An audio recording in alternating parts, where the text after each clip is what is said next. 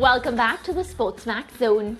Manchester City and Cristiano Ronaldo are close to signing what would be a sensational deal that would see the former Manchester United and Real Madrid star moving from Juventus to the Etihad. Brent Sancho, our football analyst, has been tracking this story and he joins us from Bristol in England. Brent, what's the latest? Hey Mariah, hey Lance, and of course to all your viewers everywhere. There's a lot going on here, Mariah. The latest is that Jorge Mendes, Cristiano Ronaldo's agent, has been here in the UK, more specific in Manchester, where he would have had conversations with the head brass at Manchester City. And in those conversations, the player and the club, Manchester City, have agreed terms. All that's left to be done now, of course, is a conversation between Manchester City and Juventus. And from all reports, Juventus is the fact that they want a transfer fee for Cristiano Ronaldo. Manchester City is reluctant to pay one. And this is where we are right now, with a couple of days left before the shutting of the transfer window. Definitely some unexpected news. And Brent, do you see Pep Guardiola and, of course, Ronaldo being compatible? I think they're both winners, and that's one thing that they have in common. And when you have two individuals that is desperate to win, to achieve, to do things, to make history, you become compatible by that, you know, and I think that's just enough for them to work. I think the real question is whether or not a 36-year-old Cristiano Ronaldo is what Manchester City needs right now at this present moment. We do know from a Cristiano Ronaldo side of things, he's all about stats, he's all about achievements, he's all about, of course, breaking record books. And he can't do that where he is right now at Juventus. The only teams that he can achieve a Champions League or can achieve a league title is either at Manchester City or Paris Saint-Germain. And right now, the only club that seems to be interested in him is Manchester City. So I think that is why this situation may just come off. Brent, if it's one thing I care about my co-host George and Lance, and they are Manchester United fans, can you imagine how devastating this must be for them? Well, it's going to be devastating for the clubs, and of course, every time a player switches allegiance, we've had it many times in football. Figo, Ronaldo, right there in Manchester, Tevez going from United, Schmeichel. I could go through a long, long list. But look, at the end of the day, when you're talking about someone like Cristiano Ronaldo, and most footballers for that fact, it's all about winning, it's all about achievements, it's all about, of course, getting the accolades. And if it means switching, of course, to your biggest rival, it doesn't matter to them. It's all about what they want to do for themselves. So those days of players being very loyal to one club and of course, not wanting to play against their club, those days are long gone. Brent, Cristiano Ronaldo is 36 years old now. He will be 37 during the current season, 21-22. We have noted his adjusted playing style since he has gotten older. Sergio Aguero has been Man City's top scorer for the past decade. They don't have him anymore. Will Ronaldo be a fitting goal-scoring replacement for City if Guardiola gets him under his wings? It's hard to bet against Ronaldo, Lance. I think when you look at a player that is a 25-plus goal per season individual, no matter where he's gone, it's hard to bet against him going into Manchester City. As you rightfully said, his game has changed up. I think Manchester City is looking for a focal point forward, someone, of course, that would lead the lines. But, of course, Cristiano Ronaldo does not play that way anymore. He plays more to the wing. He likes to drift out into the various wings, particularly the left-hand side, and come in. And because of that, he's not really an out-and-out striker. That being said, what Manchester City needs is a goal poacher, is someone that can score 25-plus goals per season. And I can tell you that despite the fact that he's 36 years old, he can certainly come to the Premiership and score 25-plus goals. And that's exactly what City needs. And they will have to find ways to make sure that he fits into the way that they do things. Of course, you know, City is a high-pressing team and they play a particular way. But they're going to have to fit things around him because of what he brings to the table, and that is 25-plus goals. Yeah. Are you under the impression that that Guardiola is anxious and eager to get Cristiano in his setup?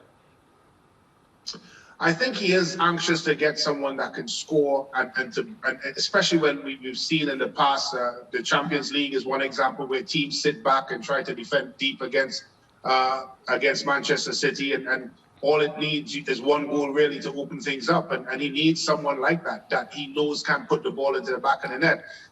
Over the past couple hours, Pep Guardiola revealing that 2023, when his contract is up, would be his last year with Manchester City, and he's looking to move on. So interestingly enough, that would suggest to me that he is a manager that's looking for accolades now. He's looking to win now. The Champions League is something that he wants to win right now. And of course, if you put Cristiano Ronaldo around the right players, around the right types of personalities, Kevin De Bruyne, Gundogan, to name an example, Mahrez and Grealish, of course, I think you have a player that is very, very potent and can bring you the goals that City needs just to get over the hump. And that hump, Lance, is of course, Champions League. Yeah, I was going there because no one has scored more Champions League goals in history than Cristiano Ronaldo has. And having tasted success at that level, as well as, umpteen domestic titles, I would suggest that winning the Premier League in England wouldn't be high on Cristiano Ronaldo's priority list. It would be the Champions League. Yeah, it'd certainly be the Champions League. And if you look at Cristiano's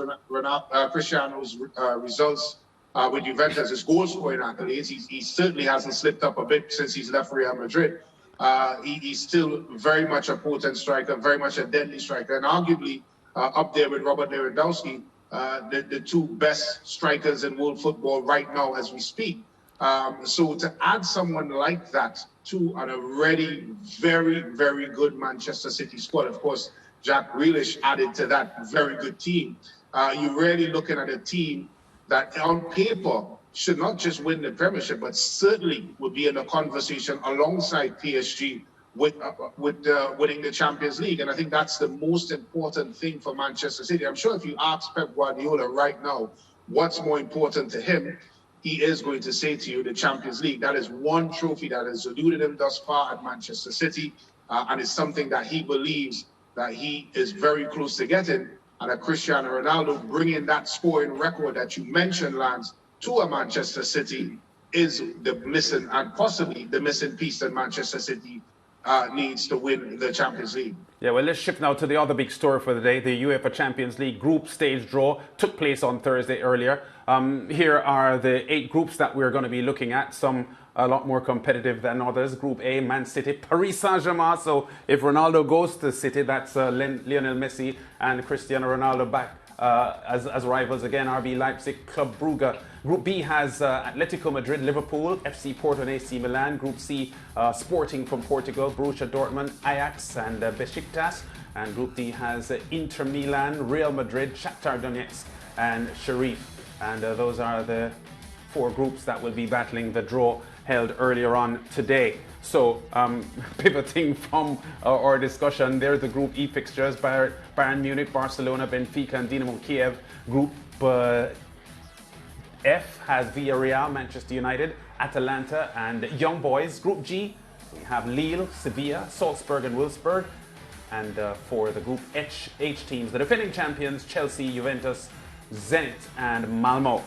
Those are the 8 groups that will be contesting the UEFA Champions League group stage. So everyone is talking about Group A, Brent, with Manchester City and PSG. I'm not too sure if you saw that coming, and especially with the story today, what that adds to the intrigue of that group.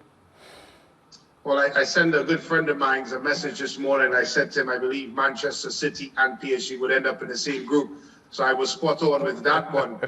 And of course, it brings together the possibility of Cristiano Ronaldo, if he does move to Manchester City, coming up against Lionel Messi. This would be the second time they will meet in the group stage. Of course, last season, with Messi being at Barcelona and Ronaldo being at Juventus, this time they would have both shed their clothing and now represented 2 different clubs. I think if you asked me that last year, I would have told you would be a crazy man. But I think when you look at the group stages, Lance, it's hard to look past Group B, of course, with Atletico Madrid, Liverpool, Porto and AC Milan. A resurgent AC Milan, easily the group of death, easily, I think, the toughest group in the tournament.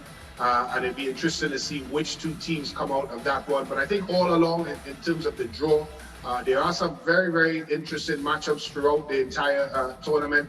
But as you know, we've been covering this for a very, very long time. It's not so much what you do in the group stages about getting out the group stages, but it's when you come to the business end of things, whether you have a healthy squad and a squad, more importantly, that's firing and that's in form. Yeah, I saw on a couple of football chats earlier on today, some football fans making fun of the Man United group, as if it's no big shakes. Well, it seems that it's not. Well, for Manchester United, I still think it's a tricky one, particularly when you look at the fact that Atalanta, as we know, over the last 2 to 3 seasons, have been a very consistent team, both in the Champions League and in Serie A. And of course, Villarreal, a team that seems to have Manchester United's number of recent, of course, beating the Red Devils in the last edition of the Europa Cup. So it's not all high and dry for Manchester United. I still think they would have to put in and make sure that they are doing all the right things to get out of that group, because I don't think it's a straightforward group. I think they will have to be on their P's and Q's. And Brent, speaking about big shakes in Group E, there's Barcelona and Bayern Munich. Of course, Barcelona would remember that 8-2 thrashing that they would have gotten from Bayern Munich, of course, in the quarterfinal stages of 2020. Yeah, there would be some sort of course, mindset of reprisals by Barcelona, but I think they still in that stage where they are rebuilding. As you know, Messi has gone. It's quite a young squad, although I must say, what I've seen so far, although it's quite early in the season, they look quite capable of having a decent season. I'm still not sure they have enough in their locker to win La Liga. Certainly they don't have enough to win the Champions League. However, in the group stages against a Bayern Munich team, that would believe that they have a chance of moving forward in the Champions League and probably challenging for the trophy. I think that is the standout game for Barcelona. Of course, Benfica, always a talented team. But I think it's really going to come down to Bayern and Barcelona and, of course, how those two teams fare. And Brent, we are ready to wrap. But, of course, Thomas Tuchel will feel like if he's gone, it's favourite, especially if Christie goes to Manchester City. Yeah, I think so. I think Thomas Tuchel will fancy his chances of getting back into the final. Right. Again, a lot of it hinges on the fact of PSG. It doesn't matter how we look at this, in whether or not PSG can gel as a team, can click as a team, because it's very hard to dispute an Mbappe, a Messi, and Neymar front three. I don't think there's much teams in world football that can compete with that. But again, the game is played on a beautiful green grass, and they will have to do, and of course, do what they have to do to win it. Thanks, Brent. All right, guys, have a good one.